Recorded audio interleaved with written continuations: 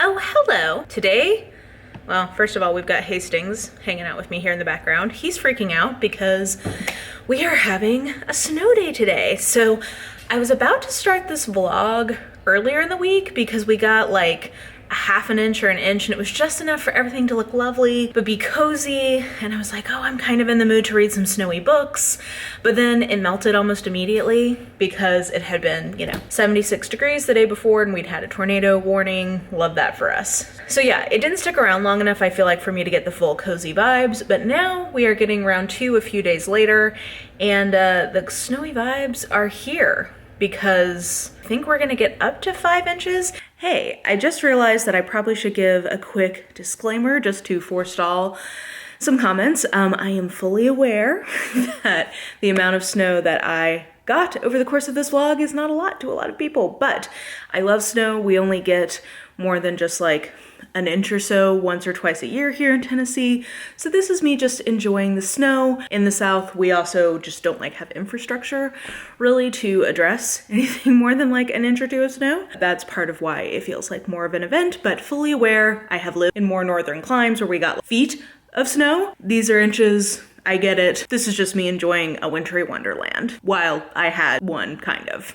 Here in Tennessee, we usually get at least one good snow a year. We don't usually get like feet of snow, but we get enough that everything looks nice and it feels cozy. The problem is that it often melts and then refreezes a lot, and that makes the roads very difficult to navigate. Anyway, it does look like we're gonna at least have a few days of snow. So I think I'm going to mood read from the pile of snowy related books that I have. Most, if not all of these, are mystery thriller of some kind, because if you guys know me, but at all, you know I love an isolation trope, and often the way that people get isolated in these books is that they get snowed in somewhere. So I don't know what I'm gonna read, but I thought I would show you all the books I pulled that I think have something to do with snow. So first of all, we have Shiver, and this is one I should read because I have this as a 5-star prediction book, and I do hope it's gonna be 5 stars. I'm not as confident as I was when I put this on here that it could be, but it's basically about college friends who are snowboarders, and then they get somebody in their friend group died.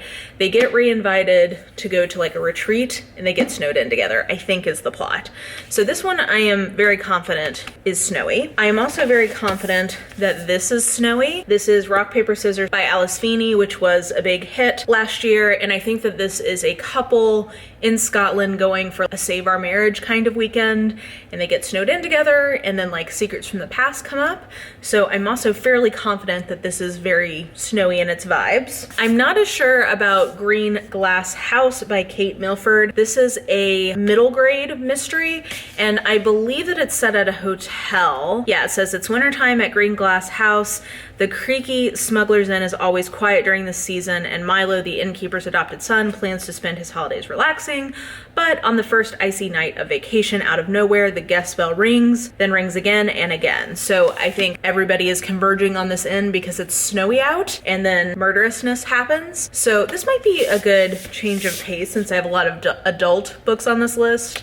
This might be a good way to mix it up a little bit. Then we have In the Bleak Midwinter by Julia Spencer Fleming, which is the first Claire Ferguson and Russ Van Alsen novel, and I believe she is the vicar and he is the local constable or detective, and it's the beginning of a murder mystery series. So I think if I want something that appears to be very snowy in its vibes from the title and the cover, but I want it to be a little bit more mystery whodunit, this might be a good choice. And then this is like a survival thriller kind of thing called A Solitude of Wolverines. Alone in the wilderness, she's fit for survival. Against a human predator, will she stay alive? I think that this is like a survival suspense thing where there is a human killer, but it's in the context of this woman who's studying wolverines out in the wilderness, and it's all snowy, and then someone's trying to kill her. So if I want more of like a survival kind of story, this might do the trick. Then No Exit by Taylor Adams. This is a isolation thriller where people are snowed in at a truck stop, and then they find a body in the trunk of someone's car, so they know one of them is a killer, but they don't know who. So I've heard really good things about this. I've also heard bad things about this, so I think this might be polarizing, but it's definitely one I've been meaning to get to, and this seems like the right weather to try it in. Two more. We've got Raven Black, which is it's a Dagger Award winner. It's by Ann Cleeves. I've read one other book book from Anne Cleeves, and I did really like the writing and the character work. I thought it was going to be an isolated closed circle mystery, and it wasn't, but I do think it is pretty similar to what this book is, which I believe is a mystery set in a small town. There's a snowstorm and they're trying to figure out who done it. So I don't think it's a true isolated closed circle mystery, but I think it is definitely an isolation trope. And I guess I should clarify. To me, a true isolated closed circle mystery, you get a bunch of people together, they cannot leave where they're at, somebody dies and they have to figure out who done it before they're next. If it's taking place over several days and people are sort of coming and going from a town, that to me is not the truest, purest form of this trope that I like, but I do still like that. But I consider that to be more of an isolation trope than a true isolated closed circle mystery. Does that make sense? So it's like the difference between we can't get out versus we can get out, but we're still suspicious because it's a very small group of people who probably did this, but we can kind of come and go if we need to. So it's a fine distinction, but my favorite is where they can't leave. And I don't know that that's what this is, but I still think I'll like this. And then finally, The Dark Side of the Road by Simon Green. I think that this is a stranger happens upon a house and murderousness ensues. So maybe sort of like the play that has been the longest running. Is that called The Mousetrap? I think it's called The Mousetrap. It's a similar setup, I think, but this is a recurring detective. Like I think this is the first book in a series. And I believe somebody told me that there's speculative elements in here. So we'll see. But anyway, as you can tell, I know varying degrees of what happens and which tropes we're getting with this stack. And I'll just kind of mood read from it. We'll see where we land, but this felt like the right week to do some snowy reading.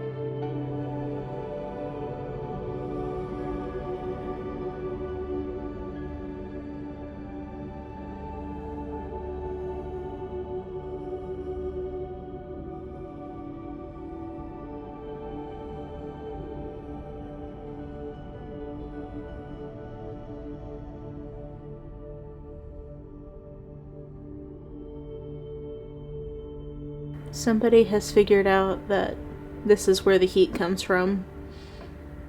So, since it's snowing, he's just camped out here, which unfortunately is keeping me from getting very much heat.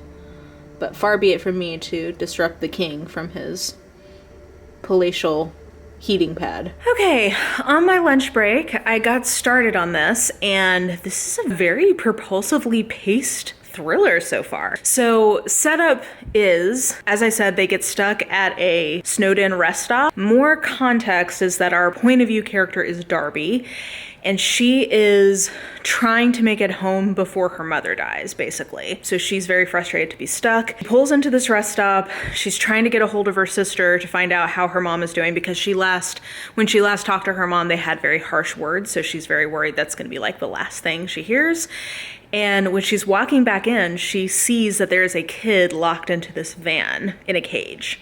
So she's trying to get through to the police, and she's just sort of like walked back in and she's trying to figure out what happened. So I don't know, the way this is written, it's very like edge of your seat. I can't stop. Well, I obviously had to stop reading it, but I was very sad to walk away from it because I was like, ooh, I want to find out what happens next. So I'm definitely going to polish this off tonight because it's not very long, and the way it's written is very fast moving. So I'll check in when I'm done. Whoa, okay. This is so good. I finally kind of get what I've heard people talking about with this book, you don't want to put this thing down. It's so fast moving. There's no ramp up. It's just like straight out the gate, thrills every minute. I will say, so I don't think you should know more about the book than what I've told you already. That's as much as you should know. If that sounds appealing to you, you should read it. Otherwise, don't. Obviously, there's a kidnapped child who's being trafficked, so keep that in mind. If that's not something you want to think about, fair enough. But don't know anything more about this book beyond what we've already talked about. I will say that I think this is one of the most exciting thrillers I've ever read. And while it's not exactly an isolated close circle mystery, it gives me all of the same vibes that I like from that trope, which is this idea of claustrophobia. You know, with the snow, it makes it so that you can't leave. There's the sort of quietness of the snow and the atmosphere of the snow. It has all of that. And then it also has just sort of this different take on what the thrilling aspect is, that rather than it being a murder, it's a kidnapping. So yeah, I really liked what this book did. I think it is so fast paced that while I think the characters, particularly Darby and Jay, are interesting and well developed for the amount of time they have, for it to have been like amazing, we would have gotten a little bit more. And then the timing of when some of the reveals happened, I wish had been a little bit different. But this is definitely a 4-star, maybe verging into 4.5. I'll have to think about that, but solidly a 4-star read for me. And I'm glad I finally got around to this one. I've been meaning to read this for a couple of years now, really since it came out. So I'm glad I finally understand what people are talking about with this particular book. And it's just really fast-paced, fun. This is a really good like where to start with thriller example. Like, I think if you just are looking for an example of a thriller that just sort of is gonna grab you by the throat and not let you go, and get a sense of how some of the more exciting thrillers are paced, I think this would be a good example and a place to start. I realized after I filmed that original clip that I meant to rate each of these books 3 criteria of what makes a really good snowy mystery to me. One is snowiness, duh, how snowy or incorporated is the snow into the atmosphere. 2 is coziness, because like the snow should be isolating you and creating this false sense of coziness that's gonna get undercut later with murderousness. And 3 is scariness, but I mean that as suspensefulness, scariness, tension, propulsiveness, any of those kinds of words. So for No Exit, I give it like a 4 out of 5 snowy. I mean, 5 out of 5 really. The snow not only creates the situation, but then I feel like it's used at key moments in the story. So I feel like it completely delivered on the snowy vibes. Cozy, I'm gonna give it a 1 because this is not a cozy version. It is pretty scary and suspenseful from the jump, and I'm gonna give it a 3 out of 5 for suspensefulness. It's very fast paced, but I don't know that there's a lot of ominous dread. It's more just like boom, boom, boom, boom. So yeah, big success to start this little impromptu project off with. I don't know what I'll read next, but it's been a nice snowy day here. I need to go out and measure how much snow we got exactly, but it's looking like at least 5 inches, I would think. I know out near the airport they had a record high for this time of year. I think they had 6.5 inches. So yeah, a nice little blanketing. Me and the kitties are gonna snuggle in, try to stay warm, and I will talk to you tomorrow for the next book. I have my lunch break and I'm about to go scrape off my car. That should be fun. But before I did that, I thought I would mention that on my lunch break, I am going to start The Dark Side of the Road by Simon Green. This is actually much shorter than I thought it was gonna be, so I'm pretty sure I can polish this off today. It's like 200 pages, so yeah, I should be able to read this today, get started at lunch, and I'll check back in and let you guys know how it goes.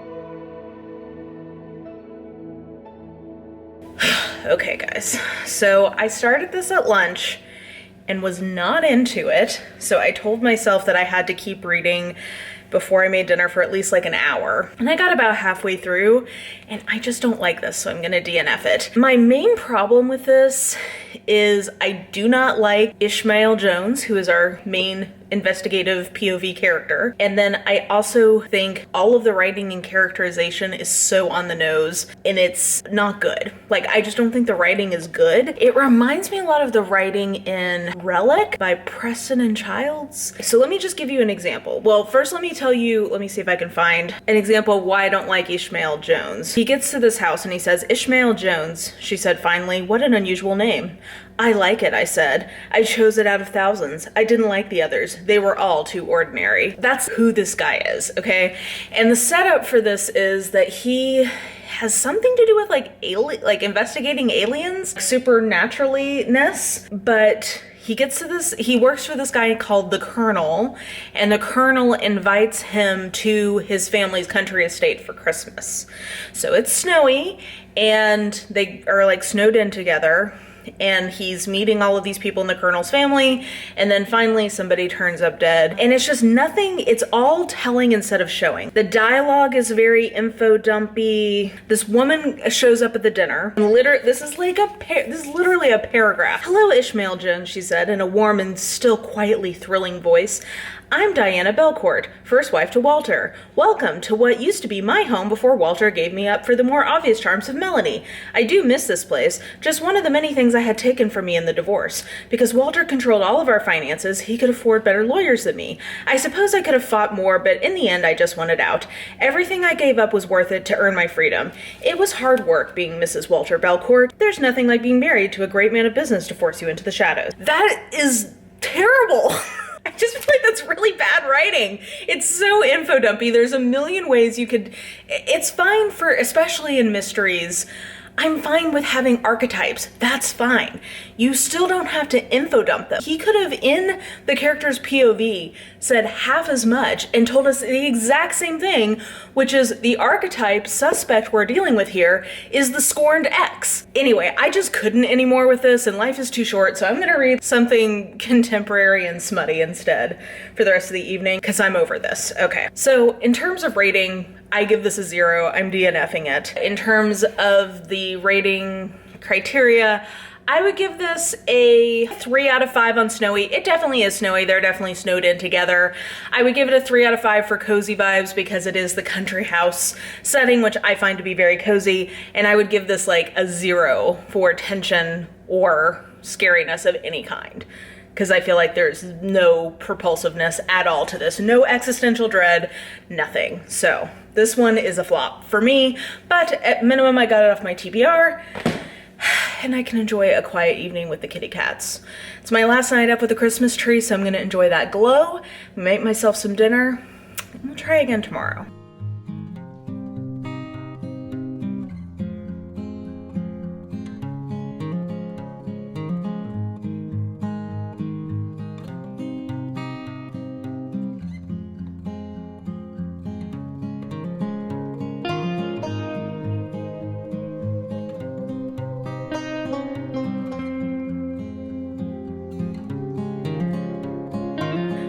Okay, well, I had a good palate cleanse after we talked last night because I was pissed.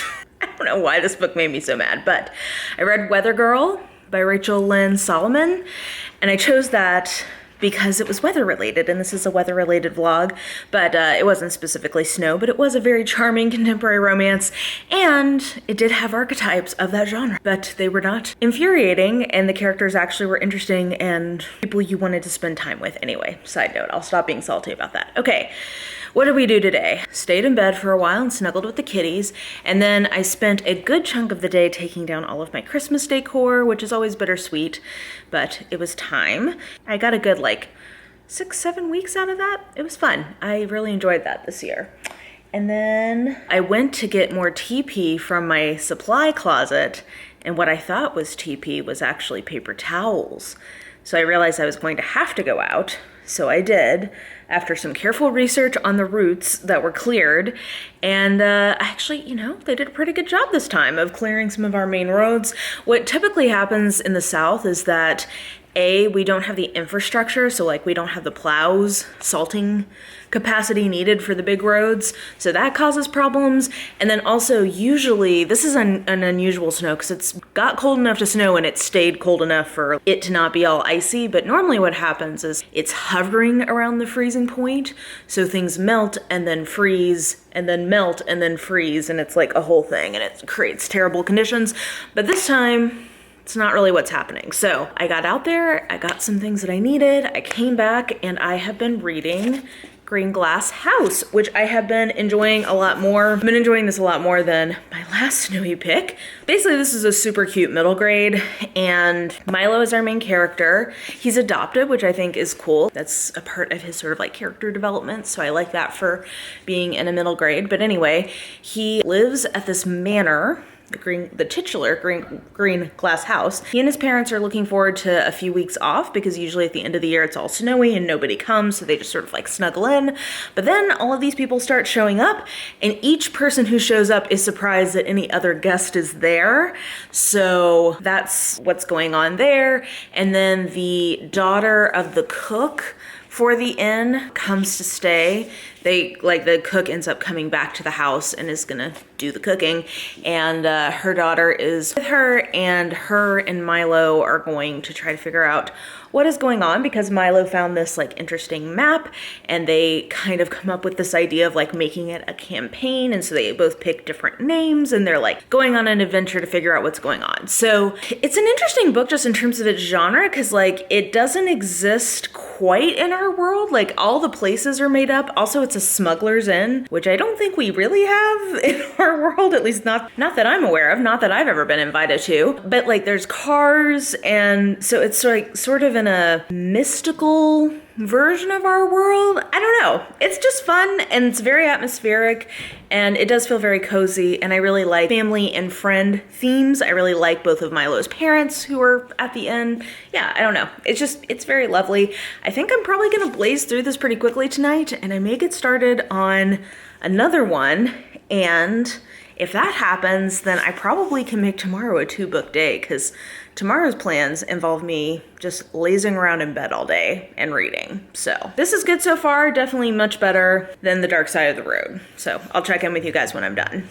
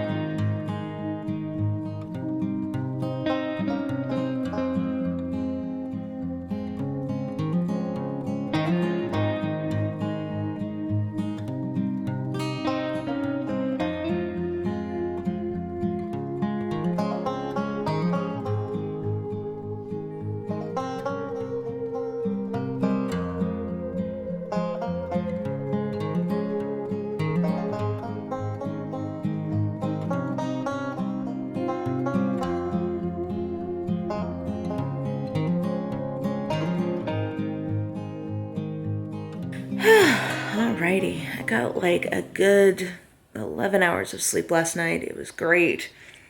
It actually took me longer to finish this than I thought, because it ended up being pretty complicated, I feel like, for a middle grade book. And I mean, I don't mean that in a bad way, but it was not as easy breezy to get through as I had originally thought when I was first getting going with it. So I would actually say this ends up being, I guess, a kind of middle grade fabulous mystery, because there's definitely speculative elements in here. I kind of mentioned that it's kind of hard to figure out where this is meant to be, if it's meant to be in our world or not. And it is, I think, meant to be in our world, but like with magic, maybe like a made-up country. And I don't know, it's an interesting blend. I really liked the themes around adoption in this. Milo is of Chinese origin, and actually they call him Chinese, so yes, that would again imply this is our world, since China is a country in our world. But that also extends into parts of like the other characters' stories and the mystery itself in some ways. So I really liked that. And I really, really liked the family aspects of this. Milo's parents are so present and connected with him in a way that I don't think we really see often, or like at least I've not often seen in middle grade lit, because often for the stories to work, the parents kind of need to not be around. And in this case, they really were. And, you know, Milo's dad, I remember early, probably like at the 100-ish page mark, has this conversation with him of like, hey, how are you feeling? Are you okay? I know this wasn't what we had planned. How are you feeling about that? It's okay to be sad. It's okay to, you know, wish that me and mom were more connected with you because we had thought that this Christmas was going to be a certain way and it's not. And I just really liked that. I thought that that was really sweet and yeah, just nice to see. I really liked the family dynamics in this. The mystery itself, I'm a little like, on. It ends up basically being kind of like a treasure hunty type situation with some violent implications to it. And I liked it, but didn't love it. So yeah, I would say I actually really like the character work. The vibes are great. And that part of the book really worked for me, but the rest maybe not as much. So I don't know, it's interesting. I think I'd probably land at like a 3.5 star for this. In terms of the categories we established, snowiness, I think it's gotta be a 5 out of 5 because it's not only that they're snowed in together, but power generator situation, the snowiness is really incorporated into the story as a whole. In terms of coziness, I would put it at like 4 out of 5 because, like I said, it gets a little less cozy towards the end, and I think the speculative elements decrease the coziness, but overall I would say it's still a pretty cozy story. And then scariness, I guess I would give it like 2 out of 5 because it definitely, the speculative elements again and sort of like the way the story concludes definitely like ramps up some of the tension. So yeah, this was unique. I don't know that I've read a story quite like this before. So anyway, I am snuggling in bed with the kitty cats, so I will continue to do that and to read, I think the last book for today is going to be Shiver, because I really do want to read this. It's a 5-star prediction, so I'm going to work on that. I'm going to snuggle with the kitties. The rain has washed away most of the snow now, so it's just sort of a rainy day rather than a snowy day. Yeah, we're just going to take it easy. I'll make myself some hot drinks. I'll read, and I'm looking forward to a day without responsibilities. I think that I need that, so that's the plan.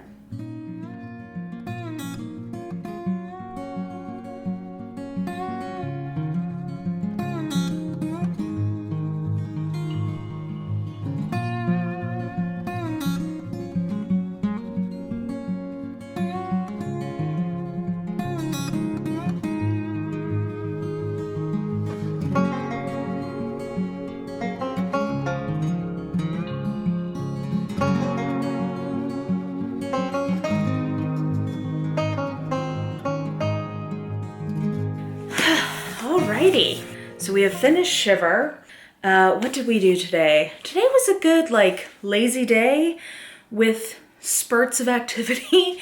So I finally hung up some albums that I have from a Beatles collection that my grandfather made for me because, especially growing up, the Beatles were my favorite band, and he is like a grade A collector, hoarder, what's the line? But whenever he knows you love something, he loves to like give you a collection. So I have like hundreds of albums, but I haven't had any of them up in my home. I finally had my mom bring me some that I had framed at her house so that I could put them up here. So I spent some time doing that, did a couple of chores, watched some TikTok, and read Shiver.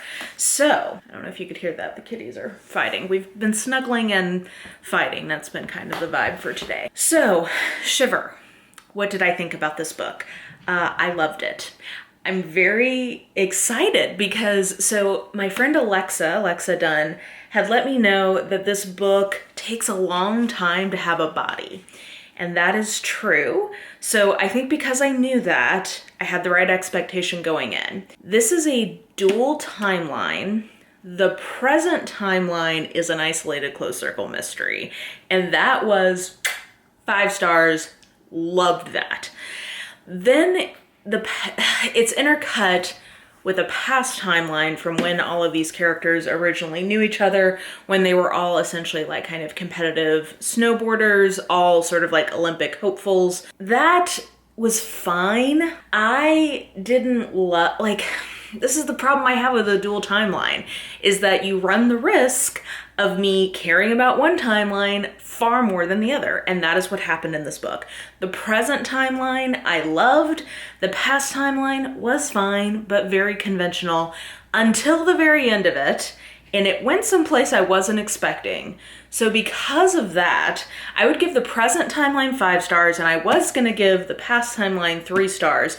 I think with the final little bit of it, I would bump that up to 3.5. So I think I could probably call this a 4.5 star. I'll sleep on it, but I'm thinking this is like a 4.5 star book.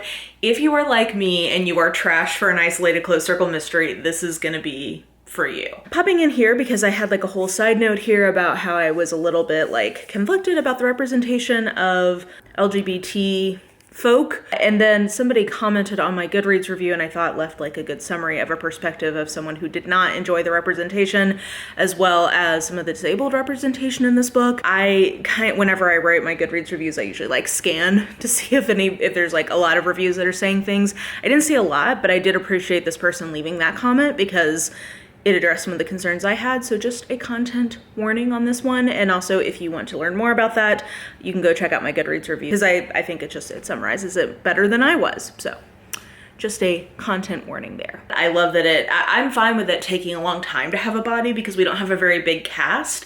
So we have a long time for the dread to build up. We have like secrets from the past being revealed. I think I read the description to you guys that they're friends in the French Alps who are coming together, and one of their like members of their group went missing a long time ago.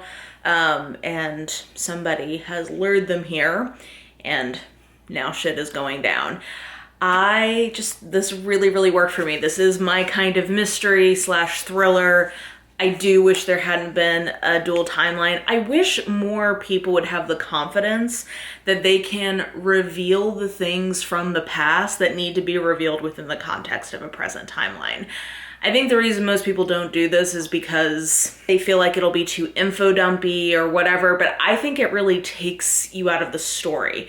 Like I know it's not fair to compare people to And Then There Were None, because it is quite literally the founder and best version of this trope ever. But if you go back and read that book and read that trope, part of what is masterful in that is that it doesn't have a full-on dual timeline. It has each of the characters reflecting on and telling the reader what they need to know about the past to make the present storyline make sense, but it doesn't have like the full-on dual timeline. And I just wish more authors would be confident enough that they can do that to not subject me to a full-on dual timeline. Now, I say that. I'm sure the rebuttal here is a lot of people really like a dual timeline, so it's not that they're not confident enough, they just want to do that. For me, it feels like you're just not confident enough that you can tell me what you need to tell me about your past timeline integrated into the present. All of that is very idiosyncratic to my own reading taste, so take that with a grain of salt. But this is definitely my favorite we've read so far. In terms of our metrics, I would give this 5 out of 5 on snowiness, because we have the snow snowing them in, we have them coming in and out of the snow as they're trying to find ways to get off of this mountain, off of this glacier. And then we also have the fact that they were snowboarders. So even like in the past timelines, there's a lot of snow because they're all just in the snow all the time. So definitely 5 out of 5 for snowiness. This is not very cozy. I mean, it does have I'll give it like a 2, I guess. Like there is, I guess at the beginning, this feeling of like, ooh, snowed in, cozy. And like in some of the past timelines, I think you get the sort of cozy, snowy vibe. I'd give this like a 4 out of 5 for, thrillingness, scariness. It doesn't go there fully. To contrast this to No Exit, because I think I gave both of them 4 out of 5 for this, No Exit I think would have been full-on scary if the character development had been better. This would have been scarier if more bodies had hit the floor earlier on, but the character development was better, I think. So, you know, writing books is hard, guys. I'm amazed that authors do as great of a job as they so often do. So anyway, this, for my taste in mystery thriller, is right up my alley. I have some qualms, but overall very enjoyable and the perfect way to finish up this weekend. So I guess to close all of this out, I would definitely say my least successful was The Dark Side of the Road. No bueno, not for me, DNF, no. Not good. Then I guess I would say The Green Glass House would be after that. I gave that 3.5 stars and I did like it. I think it ended up not being exactly what I was expecting, but not in a bad way. I think it kind of lost its own threads at points, so I don't feel like it was as strong of a version of that story that is possible, but I thought it was really interesting, charming, and definitely worthwhile. Then I would say No Exit by Taylor Adams. I think that would be a great introduction to thrillers for people because it is so fast-paced and suspenseful. It's not very long, so you could get through it pretty quickly, and it's also, I think, surprising because it's not really a murder that gets it all going, it's more of a kidnapping. So I think that's just a little bit unusual for the genre. And then I would definitely say Shiver was the winner for me for these, because this is definitely an isolated closed circle mystery. It has secrets from the past. It also has romance in here in a way that was actually pretty effective for me. I find mystery thriller often like kind of craps out on that. So this is definitely the winner. But yeah, anyway, I hope you guys enjoyed this impromptu snowy vlog. I love the snow, and I also appreciate that it came and went pretty quickly this time. You know, I wasn't like stranded for weeks at a time, so that is a good thing. Alrighty, with all that being said, my cats are trying to destroy something out in the hallway, so I need to go stop them from doing that. So if you enjoyed this video, please like, subscribe, follow me on the social medias if you are so inclined. I have all that information listed in the description box below, and I think that will do it. I hope you're having an absolutely lovely day today, and I will just talk to you soon.